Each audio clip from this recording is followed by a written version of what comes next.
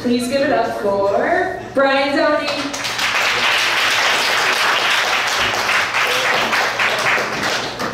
Keep it going for Julia Barron, everybody.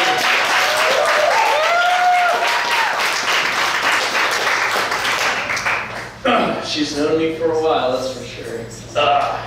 One thing I usually do for my act is I talk about my mom, because she's very funny.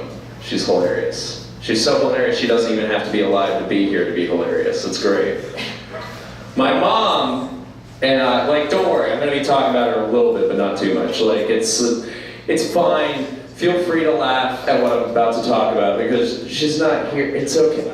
Guys, look, if you don't laugh at what I'm about to say, then she really died for nothing. Anyway, with that triggering disclaimer out of the way. I was walking through a bar and I saw a cocktail special called Not Your Mom's Lemonade. So I gave it a try. And guys, I don't know what the hell they're talking about. I remember my mom's lemonade always tasting like vodka.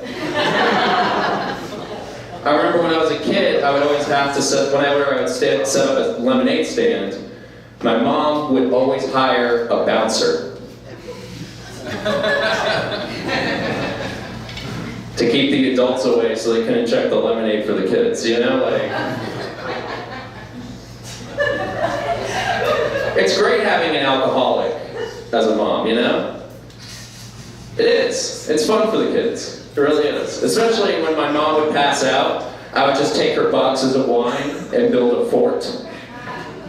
And I would be like, check it out, this is Fort Merlot right here. And then I would take a bottle opener and just pretend that it's a really curly sword. So then when my mom would wake back up, I would just pretend that she's a dragon trying to attack my fort. Be like, get back, you're not gonna drink any more wine. And then she would beat the shit out of me and drink more wine. And that's how fairy tales end, guys. Don't keep Mama Bear away from her boxed wine. I told that story to my brother, and he said, so what? Mom molested me. And I was like, did you just try to one-up me, motherfucker? And he was like, yeah, I totally did, I'm sorry. I don't blame him. He's a 17-year-old shithead, it's fine. And he also got molested, so it's fine. I understand, it's cool. I was really upset when I heard about that, honestly. Because whatever my mom does to me is hilarious. But whatever she's done to him isn't, you know? And, I don't know, as a comedian, I mean, I've seen a lot of shit. I've been around performing for 7 years.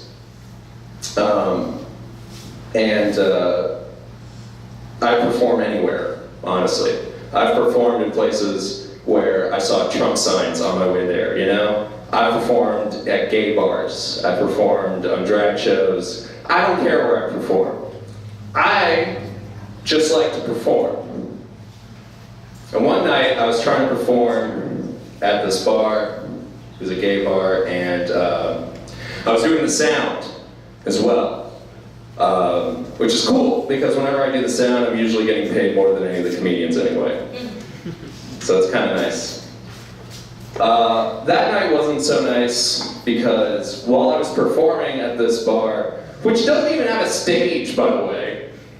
I always hate it when I go to places like that. Open mics, the open mic level of comedy is the entry level, you know, comedians that you're gonna get. Sometimes you get good people, but usually you get people that suck. And bars are usually the entry level, and it's fine, but just put a stage, just something, you know, not just another corner, because what am I supposed to say? And this next guy coming to the corner over here, so I was trying to, I work so hard at what I do, I hope that's clear by how I've been hosting the show tonight, how I've been performing, but, and usually I remember everyone that shows up to my stuff. I'm gonna remember most of your faces. If you ever show up to another one of my things, that'd be great. I usually remember the jokes too, so I'll try not to do too many repeats. But for some reason, I can't remember that set that night. No matter how hard I try, I can't remember the set where the guy just walked over and grabbed me by my dick. I just can't remember for some reason. I don't know why I can't remember. Maybe it's because I was too busy thinking about, oh my god, this guy is grabbing my dick right now. Like, you know, like, am I getting Donald Trumped, really? Like, is he just grabbing me by my dick? Like, seriously, this is what it feels like? This is what it feels like, seriously? The worst part about it was that I was performing. I was in the middle of a set. And he was like, you know what, with the spotlights on him, no stage, and a microphone to call for help, I'm going to sexually assault this guy right now. Let's see how this goes. And the crazy thing is that it killed. It did. I'm not even kidding. I got laughs. I got the strongest laughs I got that night. From the bar staff, from the other comics. And I was like, I don't like this. And they were like, what we do, it's hilarious. Because your dick's getting grabbed, you like it, don't you? I'm like, no I don't. Not at all. Please, this is, I'm not into two-man acts, you know? I'm finding enough on my own. At least I like to think so. I like to think when I'm funny is when I'm comfortable with myself. Not when I'm getting my dick grabbed on stage. I couldn't work there after that. The guy who ran the actual show wasn't even in the room. He was busy smoking a cigarette. And it's fine, I was smoking a cigarette just before now, but I mean, he wasn't performing. Should have been in the room, maybe. Maybe asked me how I was doing. He didn't. I just sent him a message in the morning saying, I'm not working here anymore. I don't care. I don't care if you're giving me stage time. I don't care if you pay me a little bit. I don't care how much I like to make people laugh. I can't come back here. Because it kills me that my best joke was me getting assaulted on stage, you son of a bitch. God damn it. Like, what am I supposed to do? Bring some guy around the country with me, have him grab my dick awkwardly halfway through my sets? Like, that's not gonna work.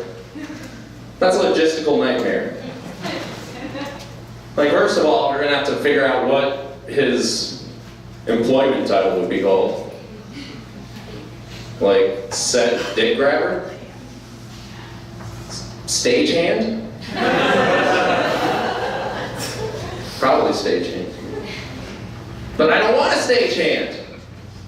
I've been doing this by myself for 7 years. I don't need a stagehand.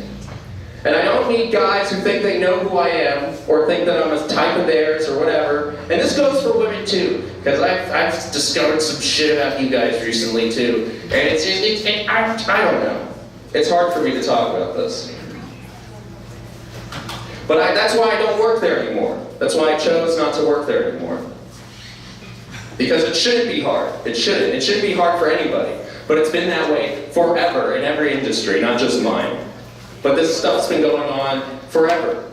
And it shouldn't. It just shouldn't. Like, but it does. And it's so easy for it to happen because not only did the host of the room, but like my close friends who said that they would beat the shit out of this guy, they were going to run him out of town, all that stuff. And we used to be so much better at running people out of town, guys.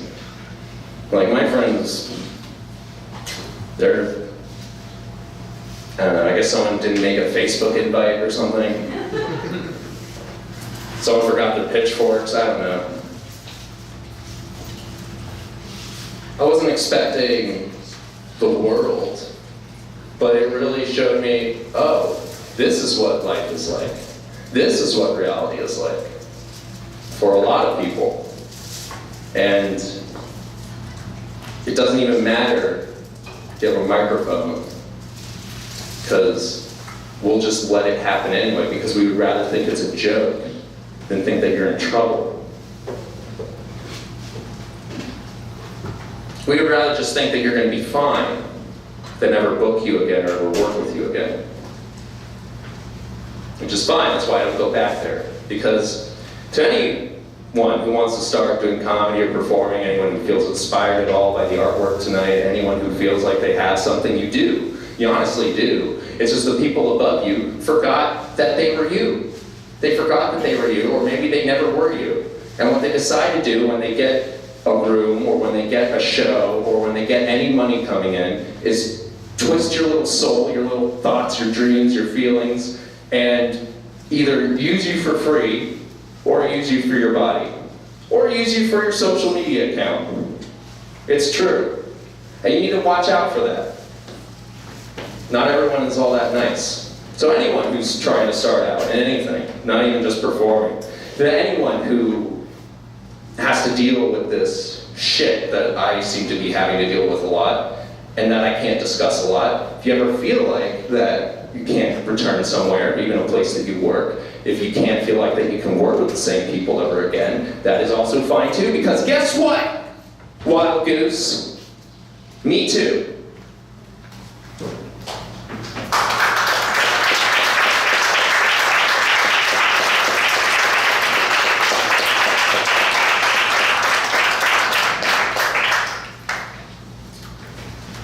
I'm not going to stand for it. I stand up for a lot of things.